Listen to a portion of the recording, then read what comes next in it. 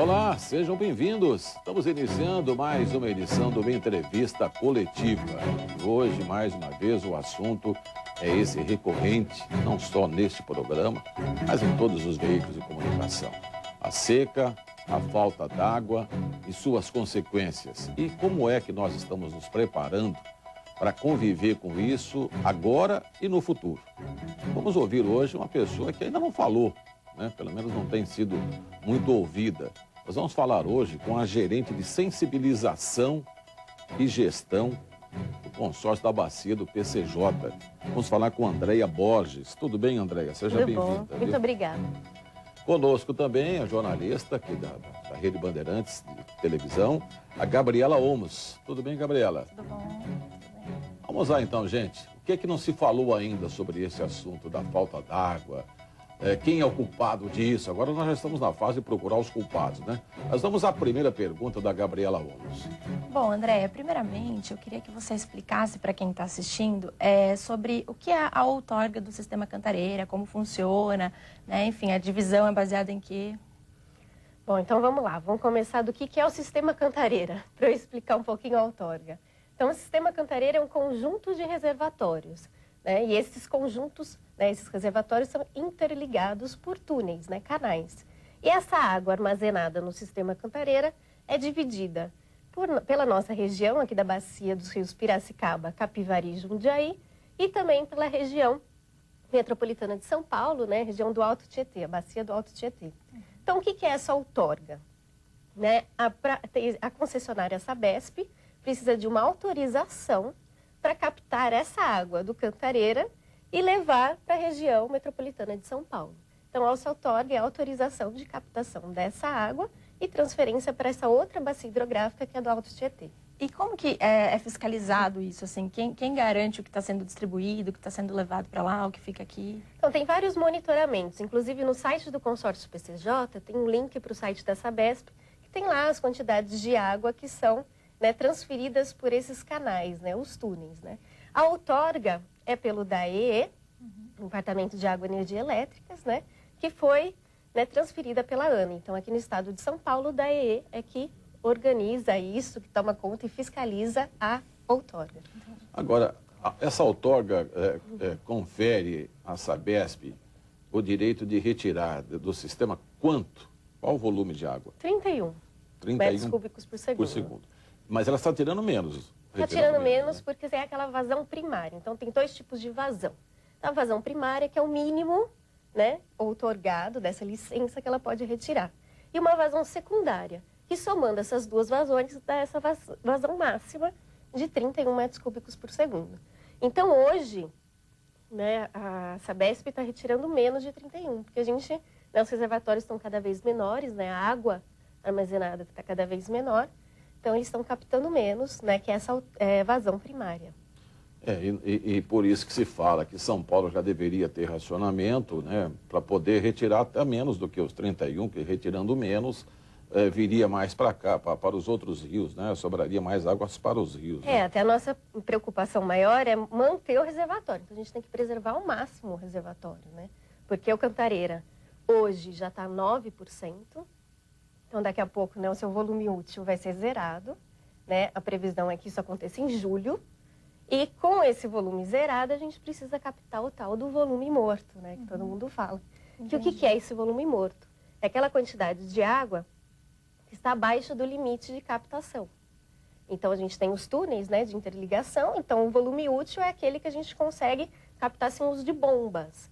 Agora, a Sabesp está fazendo essas obras para fazer o bombeamento deste volume morto, para a gente conseguir continuar captando água dos reservatórios. E essa água do volume morto garante o abastecimento diante de uma situação como essa de pouca chuva? De chuva até normal, não choveu na época, né? As chuvas de hoje são quase que normais, são poucas mesmo. Isso, garante a gente passar por esse período todo aí de inverno, etc.?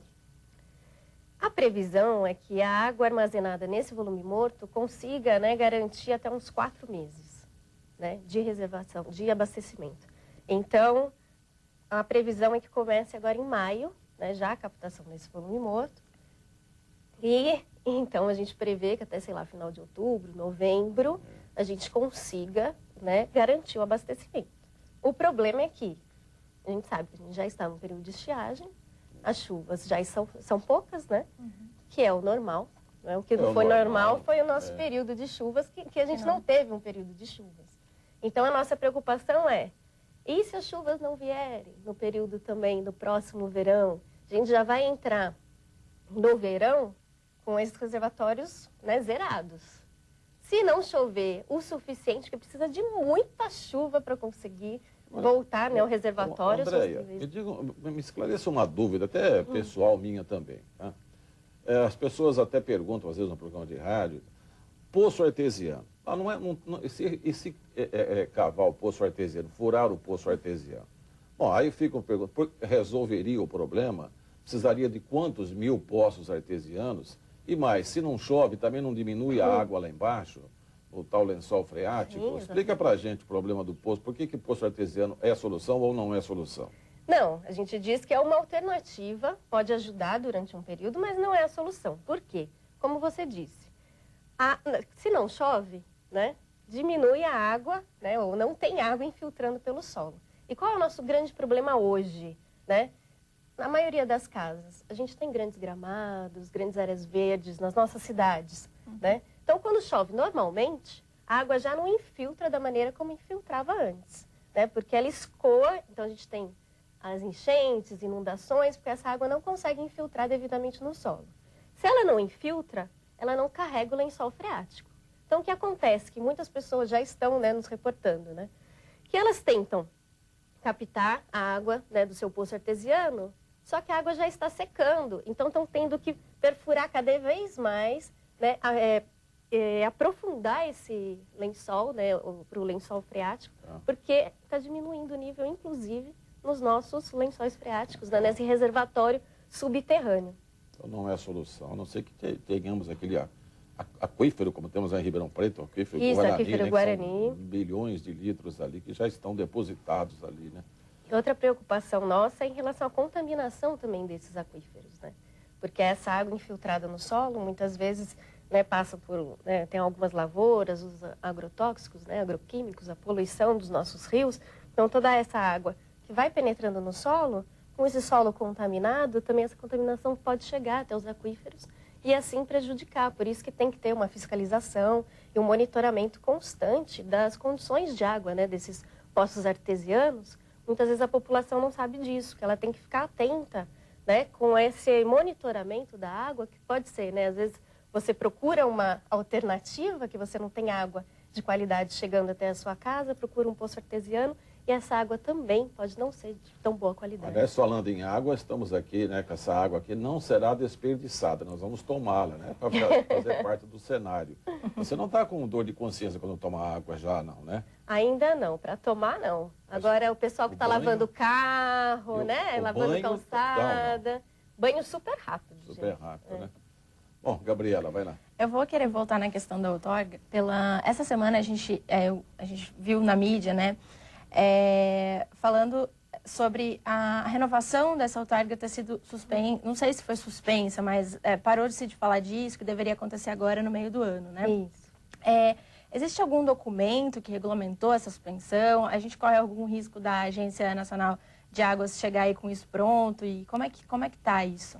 Inclusive, essa foi uma solicitação do consórcio, né? O consórcio encaminhou para a ANA e todos os órgãos gestores uma solicitação da formalização dessa suspensão da outorga. Então, o que aconteceu? Quando em fevereiro, com essa estiagem terrível, né, essas condições precárias, né, de abastecimento público e tal, foram suspensas as audiências públicas, que são necessárias para a outorga, para a renovação dessa outorga. Então, o que aconteceu? A gente tem a outorga, né, de 2004, que vence agora dia 7 de agosto. Então, a previsão era que em março fosse feita já, comemorando, né, no dia 22 de março, que é o Dia Mundial da Água, a renovação dessa outorga e que já foi discutida nos comitês de bacia, todos os comitês encaminharam suas propostas, o consórcio PCJ encaminhou sua proposta para essa nova autorização, então são novas regras operativas do sistema para a Sabesp, né? Só que tudo isso foi suspenso, porque não adianta a gente falar, não, que a nossa região precisa de 12 metros cúbicos por segundo, se a gente no momento não tem nada. Então, É uma solicitação do consórcio, de todos os seus consorciados, que seja feita esse adiamento da outorga, mas que a gente consiga que isso seja formalizado, para que a gente não fique numa insegurança jurídica, né? Não só nós, né, a Bacia PCJ, mas é também a Sabesp, que aliás, é a responsável. Sobre a outorga, né, de 2004, agora o Ministério Público está lembrando de que a Sabesp teria que ter feito uma série de metas a serem cumpridas, entre quais reservatórios, etc. Ela não fez absolutamente nada. Então, o Ministério Público está cobrando responsabilidades agora. E nós estamos cobrando, já começamos a cobrar lá na Rádio Bandeirantes também, e aproveito para perguntar a você, quem é que deveria ter fiscalizado e cobrado essas obras que a Sabesp deveria ter feito e não fez? Só se lembram agora, porque agora está acabando a outorga e não tem mais água. Quem é que deveria, ao longo dos últimos 10 anos, durante a vigência dessa outorga, ter feito essa fiscalização? Não eram vocês, não, né? Não. Então, nesses últimos 10 anos de outorga, né, realmente, no texto da outorga, tem algumas recomendações que a Sabesp deveria ter cumprido. A Sabesp, ela diz que cumpriu boa parte dessas recomendações. Só qual o problema? O principal problema que a gente que tem focado, o Ministério Público tem focado, era a dependência em relação ao sistema Cantareira, que a Sabesp não conseguiu diminuir a dependência do sistema. E o que a Sabesp diz? Que ela conseguiu reduzir muito o índice de perdas, né, físicas dessa água, e com isso a população, né, da região metropolitana de São Paulo aumentou, e eles não aumentaram a quantidade de água consumida. Mas a ideia não era essa, era diminuir para que a gente conseguisse, porque nós aqui na nossa região, a gente precisa de no mínimo 12 metros cúbicos por segundo no período de estiagem. Hoje nós estamos com 3, né? Então a gente já está passando por um período crítico. Então, a responsabilidade quando seguir... você fala mínimo de 12 e nós estamos vivendo com 3, não dá a impressão que esse mínimo está exagerado, não? Pois é, a gente fala não é exagerado porque a gente tem vários municípios já passando por racionamento. Várias indústrias que estão parando sua produção porque não conseguem captar. Agricultores que também não conseguem captar o que conseguiam. Lógico que, como o consórcio diz, para agora, a gente precisa diminuir em 50% o nosso consumo de água. A gente sabe que tem muito desperdício ainda, que dá para a gente diminuir. Então, pode ser que esteja exagerado, sim, esses 12 para a atual situação. Né? A gente vê que assim, quando a gente conversa com vocês, em entrevistas, a gente vê que é uma questão que parece, assim, demonstra-se desesperadora. E não seria o caso de todo mundo já estar fazendo racionamento? Como é que é isso? Todo mundo precisa colaborar. Então, a gente precisa, né? Se a gente conseguisse reduzir pela metade o nosso consumo de água, né, a situação no Cantareira não estaria dessa forma. Então, todo mundo tem, eu acho que todo mundo em casa, quem conseguir reduzir, né? Sempre consegue, seja 1 minuto do banho, você consegue reduzir. Né? As pessoas lavam os seus quintais todos os dias, sei lá, 3 vezes por semana, então não lava o quintal toda vez. Então, a gente tem sim como reduzir. Se a gente continuar com os mesmos índices, né, de consumo de água por habitante, a gente precisa dos 12. Mas se a gente conseguir reduzir, é lógico, né, que vai sobrar mais água, inclusive pensando no ecossistema também. Vamos fazer um pequeno intervalo, depois a gente volta para continuar falando sobre esse assunto com a Andréia Borges, que é gerente de sensibilização, hein? Você está se sensibilizando ouvindo aí o programa, vendo o programa, daqui a pouco ela vai insistir um pouco mais. A gente volta já.